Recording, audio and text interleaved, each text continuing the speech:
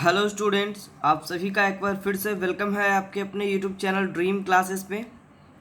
तो आज की क्लास में हम लोग पढ़ेंगे हिंदी का जो हमारा टॉपिक चल रहा था, उसमें आज हम लोग उसके पद्य खंड वाले सेशन को देखेंगे। ठीक है, तो सभी बच्चे जितने भी हमसे न्यू जुड़े हैं चैनल पे सब्सक्राइब बटन दबा दीजिएगा जी। ठीक है, चलिए आज हम लोग क्लास की शुरुआत करते हैं। तो सभी बच्चे जुड़ जाइए एकदम से, फटाफट हम लोग क्वेश्चन को देखेंगे और उसका आंसर को अच्छे से समझते हुए आगे बढ़ेंगे। ठीक है, चलिए। और जिन बच्चों को नोट्स चाहिए वो हमारे व्हाट्सएप नंबर पे कांटेक्ट करिए, हेल्पलाइन नंबर दिख रहा होगा आपको स्क्रीन पे। तो आइए आज हम लोग क्लास पे बात करेंगे। आज देखिए हम लोग पढ़ेंगे पद्यखंड में हमारे चैप्टर का जो नाम होगा वो होगा कड़बड़। ठीक है, कड़बड़ होगा जिसके कि लेखक मलिक मोहम्मद जायसी थे। एकदम अच्छे से समझते जाइएगा टॉपिक को, और एक एक क्वेश्चन आज हम लोग करवाएंगे और हमारा ऑब्जेक्टिव का जो ये सेशन चलेगा हमारा वो एकदम क्लियर हो जाएगा। ठीक है, आगे बढ़े। चलिए आज का देखिए हमने पहला जो सवाल रखा है वो रखा है, देखिए कि पद्मावत किस भाषा में लिखा गया है। ठीक है, सवाल क्या है हमारा, पद्मावत किस भाषा में लिखा गया है। चार ऑप्शन आपको दिख रहा होगा, अवधी में, ब्रजभाषा में, पुरानी हिंदी में, या इनमें से कोई नहीं। ठीक है, जवाब दीजिए सभी बच्चे। बहुत ही अच्छा सवाल है कि पद्मावत किस भाषा में लिखा गया है। चलिए बहुत ही अच्छा, जिन बच्चों को नहीं मालूम है वो नोट कर लीजिए जी। इसका जवाब होगा ऑप्शन नंबर ए। ठीक है, पद्मावत जो है वो अवधी भाषा में लिखा गया है। ठीक है, चलिए क्वेश्चन नंबर 2 पे देखते हैं हम लोग। दो को दिख रहा होगा आपको स्क्रीन पे कि किस खंड की भूमिका में कहा गया है कि बात बोलेगी हम नहीं, भेद खोलेगी बात ही। ठीक है, बहुत ही अच्छा कथन है ये कि किस खंड की भूमिका में यह कहा गया है कि बात बोलेगी हम नहीं और भेद खोलेगी बात ही। ठीक है, देखिए ऑप्शन आपको दिख रहा है, गद्य खंड में, काव्य खंड में, प्रतिपूर्ति में, या इनमें से कोई नहीं। बहुत ही अच्छा सवाल है, जवाब दीजिए सभी बच्चे। इसका भी देखिए, इसका राइट आंसर जो होगा वो हमारा ये हो जाएगा काव्य खंड। ठीक है, टिक कर लीजिए सभी बच्चे, एकदम नोट्स बनाते चलिएगा। जिन बच्चों को हैंड रिटन नोट्स चाहिए इस तरह के, वो हमारा देखिए आपको हेल्पलाइन नंबर हम एक बार अच्छे से दे देते हैं। देखिए ये हमारे ड्रीम क्लासेस का हेल्पलाइन नंबर है, यहाँ पर आप जाकर कांटेक्ट करिए। और हमारे लर्निंग ऐप को जिन बच्चों ने डाउनलोड नहीं करा है वो देखिए, हमारे लर्निंग ऐप का नाम है ड्रीम क्लासेस। ये आपको कहाँ मिलेगा, प्ले स्टोर में। वहाँ पर आपकी 10th 11th 12th के सारे कोर्सेज शुरू कर दिए गए हैं। बहुत सारे पैड कोर्सेज भी हैं और फ्री वाले कोर्सेज भी हैं, वहाँ पर आप अच्छे से पढ़ाई को अपनी पूरी कर सकते हो। ठीक है, चलिए ये सब बातें तो बाद में होगी, अभी हम लोग क्लास पे बात करते हैं। तो 2 नंबर क्वेश्चन हमने पढ़ लिया। अब हम लोग बात करेंगे तीसरे प्रश्न पे। ठीक है, तो आज हम लोग इतने इस चैप्टर में जितने भी क्वेश्चन हैं वीवीआई उसको सबको कवर कर लेंगे। तो हमारा ये पद्य खंड वाला चैप्टर जो है कड़बड़ वो हमारा क्लियर हो जाएगा। ठीक है, तीसरा सवाल हमारा है कि जायसी जो है, इनका ही शॉर्ट नेम है जी मलिक मोहम्मद जायसी, जो कि पद्मावत के रचयिता भी थे। याद रखिएगा, ये जो हमारा स्टार्टिंग क्वेश्चन में आया, देखिए ये जो पद्मावत आया, ये पद्मावत के रचयिता कौन थे, मलिक मोहम्मद जायसी। याद रखिएगा। और इन्हीं के बारे में देखिए थर्ड नंबर क्वेश्चन में कह रहा है कि जायसी किस शाखा के कवि हैं। ठीक है, देखिए ऑप्शन दिख रहा होगा, जान मार्गो, प्रेम मार्गी, राम मार्गी। देखिए जान मार्गी, प्रेम मार्गी, राम मार्गी, कृष्ण मार्गी। ठीक है, अब जवाब दीजिए सारे बच्चे, क्या होना चाहिए इसका जवाब क्वेश्चन नंबर 3 का। बहुत ही अच्छा, जिन बच्चों को लग रहा है ऑप्शन बी वो बिल्कुल ही सही सोच रहे, प्रेम मार्गी का। ऑप्शन नंबर बी बिल्कुल ही सही है जी, टिक कर लीजिए सभी बच्चे। जायसी किस शाखा के कवि थे, तो प्रेम मार्गी के। आगे बढ़ते सवाल नंबर 4 पे। क्वेश्चन नंबर 4 हमारा कह रहा है कि किस खंड की प्रस्तावना में कहा गया है कि भिगो दूंगी आग जग के छोर। ठीक है, भिगो दूंगी आग जग के छोर। ऑप्शन दिख रहा है, काव्य खंड, गद्य खंड, प्रतिपूर्ति, या इनमें से कोई नहीं। जवाब दीजिए सारे बच्चे, चौथे सवाल का जवाब दीजिए, काफी अच्छा सवाल है। चलिए थोड़ा सा हिल रहा है स्क्रीन, चलिए अब ठीक है। इसका आंसर क्या होगा, किस खंड की प्रस्तावना में कहा गया है कि भिगो दूंगी आग जग के छोर। ऑप्शन नंबर ए टिक कर लीजिए, काव्यखंड इसका राइट आंसर होगा। ठीक है, काव्यखंड में यह कहा गया है। और आगे बढ़ते हैं 5वें सवाल पे। ये देखिए 5वां सवाल को हमने वीवीआई करवा दिया, काफ़ी अच्छा सवाल है, ये बोर्ड एग्जाम में ये बनता है। कह रहा है देखिए 5वां सवाल कि कड़बड़ जो है वो जायसी की किस रचना से लिया गया है। ये जो कड़बड़ है वो मलिक मोहम्मद जायसी की किस रचना से लिया गया है। ठीक है, तो देखिए ऑप्शन आपको दिख रहा है, आखिरी कलम, चित्ररेखा, पुरानी हिंदी, या इनमें से कोई नहीं। जवाब दीजिए क्वेश्चन नंबर 5 का। तो इसका जवाब क्या हो जाएगा, ऑप्शन नंबर डी, इनमें से कोई नहीं था। इन चारों ऑप्शनों में से कोई नहीं। ठीक है, चलिए आगे आते हैं क्वेश्चन नंबर 6 पे। 6 देखते हैं हम क्या कह रहा है हमारा क्वेश्चन नंबर 6। ये देखिए दिख रहा है आपको स्क्रीन पे। चलिए तो पढ़ते हैं सवाल को। सवाल कह रहा हमारा कि जायसी के काव्य का मुख्य रस कौन सा है। ठीक है, जायसी के काव्य या काव्य का मुख्य रस कौन सा है। श्रृंगार रस, भक्ति रस, विभत्स रस, या करुण रस। बहुत ही अच्छा सवाल है, इसका आंसर जान लेते हैं। ऑप्शन नंबर ए, ठीक है, श्रृंगार रस इसका राइट आंसर होगा कि जायसी के काव्य का मुख्य रस कौन सा है, श्रृंगार रस। ठीक है, चलिए 7वें सवाल पे आते हैं। 7वां कह रहा है कवि मलिक मोहम्मद जायसी का जन्म कब हुआ था। एक जन्म वाले सवाल में बहुत सारे बच्चों का कमेंट पिछले वीडियो में हमारा आ रहा था। ठीक है, वो बालकृष्ण भट्ट वाला आ रहा था, तो एक बार सभी बच्चे उसको देख लेंगे थोड़ा सा नेट पे। ऐसे तो हमारा आंसर सही ही होगा। ठीक है, चलिए ऑप्शन क्या है हमारा जी, कवि मलिक मोहम्मद जायसी का जन्म कब हुआ था। तो 15वीं शताब्दी के उत्तरार्ध अनुमानतः 1490 में, 15वीं शताब्दी उत्तरार्ध अनुमानतः 1491 में, और फिर वही सेम डेट बोल रहा है अनुमानतः 1492 में, या उसी सेम डेट में अनुमानतः 1493 में। ठीक है, जवाब दीजिए 7 नंबर क्वेश्चन का आंसर क्या होगा। टिक करिएगा जिनको मालूम नहीं है। ऑप्शन नंबर सी इसका राइट आंसर होगा। ठीक है, अब फिर से पढ़ते समझिए इसको। करेक्ट, कवि मलिक मोहम्मद जायसी का जन्म कब हुआ था। तो 15वीं सदी उत्तरार्ध अनुमानतः 1492 में। ठीक है, नोट कर लीजिए सभी बच्चे। 8वें सवाल पे आते हैं, काफ़ी अच्छा है ये। देखिए 8वां सवाल हमारा कह रहा है कि मलिक मोहम्मद जायसी का निवास स्थान कहाँ था। देखिए ऑप्शन दिख रहा है आपको। ए नंबर में कह रहा है हमारा जायस कब्र अमेठी लाहौर में। ऑप्शन बी कह रहा है जायस कब्र अमेठी हरियाणा में, या जायस कब्र अमेठी मध्य प्रदेश में, या जायस कब्र अमेठी उत्तर प्रदेश में। जवाब दीजिए 8वें नंबर सवाल का। ठीक है,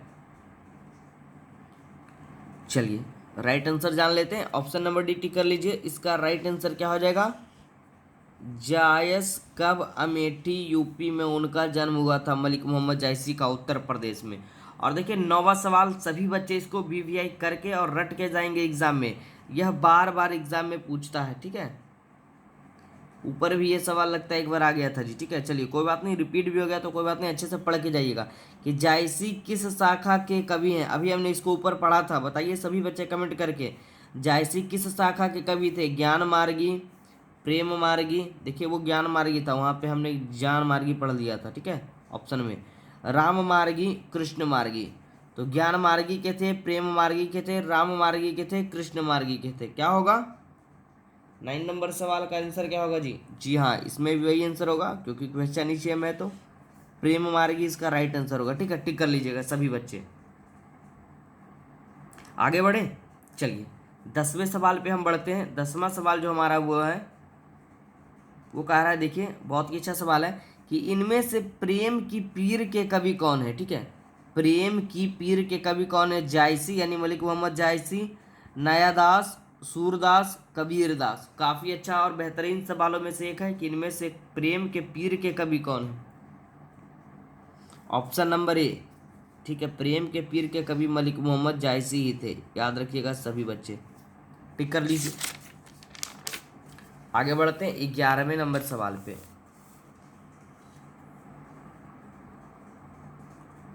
देखिए सवाल हमारा है, कड़बड़ शीर्षक कविता किसने लिखी है। इसका जवाब तो आप सभी बच्चे को मालूम होगा क्योंकि हमने स्टार्टिंग के डेमो में ही इसका जवाब जान लिया था। कड़बड़ शीर्षक कविता किसने लिखी है। राइट आंसर क्या होगा जी? Option number A. एकदम पता होगा सभी बच्चे को, मलिक मोहम्मद जायसी की यह रचना थी कड़बड़। पद्मावत भी इन्हीं की रचना थी, याद रखिएगा, वह भी एग्जाम में पूछता है। पद्मावत की रचना भी मलिक मोहम्मद जायसी ने किया था।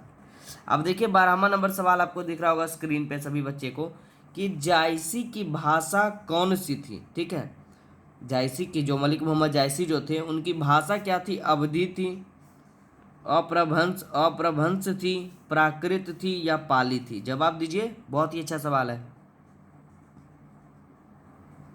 चलिए, बहुत ही अच्छा, याद रखिएगा सभी बच्चे, अवधि थी जी। ठीक है, इसका राइट आंसर हो जाएगा अवधि। जायसी की भाषा कौन सी थी? अवधि थी। अब हम लोग 13वें सवाल को पढ़ते हैं और इसके आंसर को जानते हैं। ठीक है, 13वां सवाल हमारा है, कवि मलिक मोहम्मद जायसी के पिता का क्या नाम था? बहुत ही अच्छा सवाल है कि कवि मलिक मोहम्मद जायसी के पिता का क्या नाम था। ऑप्शन आपको दिख रहा है, मलिक शेख ममरेज या मलिक राजे अशरफ, दोनों एक ही नाम है। ऑप्शन बी हमारा है मलिक ममरेज शेख। ऑप्शन सी हमारा है शेख मलिक ममरेज। देखिए सारा ऑप्शन एक ही तरह का है, देखने में थोड़ा कन्फ्यूजन हो रहा होगा। और ऑप्शन डी हमारा है राजे मलिक ममरेज। तो ऑप्शन पे नहीं जाना है आपको, नाम एकदम अच्छे से याद कर लेना है कि कवि मलिक मोहम्मद जायसी के पिता कौन थे। ऑप्शन नंबर ए, देखिए ध्यान से पढ़िएगा, काफ़ी अच्छा सवाल है और बेहतरीन ऑप्शन भी इसका दिया हुआ है। इसका आंसर होगा हमारा ये, मलिक शेख ममरेज या मलिक राजे अशरफ, दोनों नाम उन्हीं का था, कवि मलिक मोहम्मद जायसी के पिता का। ठीक है, तो नोट कर लीजिए, काफ़ी अच्छा सवाल है। देखिए 14वें सवाल पे आते हैं। ठीक है, 14वां सवाल भी काफ़ी अच्छा है। कह रहा है खाली जगहों को भरे, तो इसमें कह रहा है कि ज्यों लही अम्बही डांभ ना होई, तौ लही डैश बसाई ना सोई। अभी इस डैश में क्या भराएगा? फिर से पढ़ रहे, देखिए, ज्यों लही अम्बही डांभ ना होई, तौ लही डैश बसाई ना सोई। यहाँ भरना चाहिए दुर्गंध, सुगंध, सुंदरता या मिठास। चार ऑप्शन में क्या होगा? काफ़ी अच्छा सवाल है। सुगंध इसका राइट आंसर होगा जी, टिक कर लीजिए। ठीक है, अब देखिए इस कथन को एक बार फिर से पढ़ते, तथ्य को एकदम क्लियर हो जाएगा। जौ लही अम्बही डांभ न होई, तौ लही सुगंध बसाई ना सोई। है ना, क्लियर है? चलिए अगले सवाल पे आते, 15वें सवाल पे। 15वां कह रहा है धनी सो डैश जस कीर्ति जासु, फूल मरे पे मरे न बासु। बहुत ही अच्छा कथन है। धनी सो डैश जस कीर्ति जासु, फूल मरे पे मरे न बासु। ऑप्शन आपको दिख रहा होगा, नर, पुरुष, पुरुष, मनुष्य। क्या होगा राइट आंसर? जवाब दीजिए सारे बच्चे। ऑप्शन नंबर सी टिक करिए और इसको देखिए मिलाकर एक बार फिर से पढ़ रहे हैं। धनी सो पुरुष जस कीर्ति जासु, फूल मरे पे मरे न बासु। क्लियर है? चलिए एकदम अच्छा सा इसका आंसर था। आगे हम लोग कुछ और क्वेश्चन को पढ़ लेते हो तो हमारा ये चैप्टर जो है एकदम क्लियर ही हो जाएगा, कड़बड़ वाला। 16वां सवाल हमारा क्या कर रहा है? कह रहा है कवि मलिक मोहम्मद जायसी के गुरु का क्या नाम था? ठीक है, कवि मलिक मोहम्मद जायसी के गुरु का क्या नाम था? ऑप्शन आपको दिख रहा होगा, सूफी संत अशरफ और सैयद जहांगीर अशरफ, या फिर दूसरा कह रहा है इसमें सूफी संत शेख मोहिदी और सैयद अशरफ जहांगीर था, या सूफी संत मोहिदी शेख और जहांगीर सैयद था, या सूफी संत मोहिदी शेख और जहांगीर था। देखिए चारों ऑप्शन एकदम पेचीदा लग रहा है, तो आप इसका आंसर ही बस याद करके जाइएगा। ठीक है, आंसर को टिक करिए, ऑप्शन नंबर बी।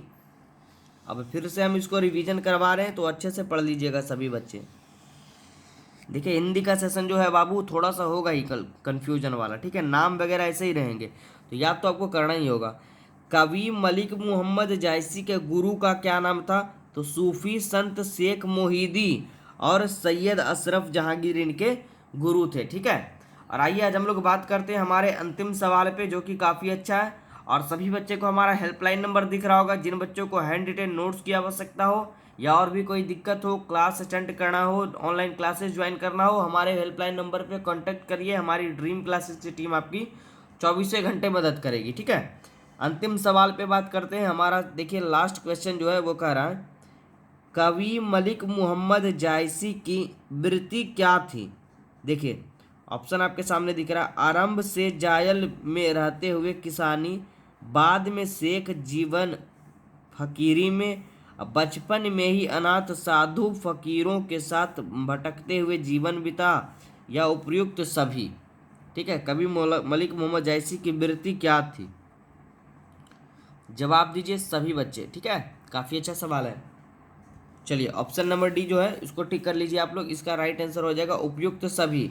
इन सभी में ऑप्शन ए बी सी तीनों इसका राइट आंसर हो जाएगा। ठीक है, तो चलिए मुझे उम्मीद है कि सभी बच्चे को यह क्लास काफ़ी अच्छा लगा होगा, हिंदी वाला सेशन। तो आप सभी बच्चे जितने भी हमसे क्लास में जुड़े हुए हैं कमेंट बॉक्स में ज़रूर लिख कर बताइए उनको यह क्लास कैसा लगा। ठीक है, और अगर कोई क्वेश्चन में डाउट हो तो हमें कमेंट बॉक्स में लिख कर बता दीजिएगा। ठीक है, और भी इसी तरह के वीडियोज़ पाने के लिए आप हमारे चैनल को सब्सक्राइब जरूर कर लीजिएगा जी। ठीक है, क्योंकि ड्रीम क्लासेस पर इस बार सभी सुविधा जो है वो उपलब्ध करवा दी गई है। ठीक है, तो फिर मिलते हैं अगले क्लास में नेक्स्ट टॉपिक के साथ, बस बने रहिए आप लोग।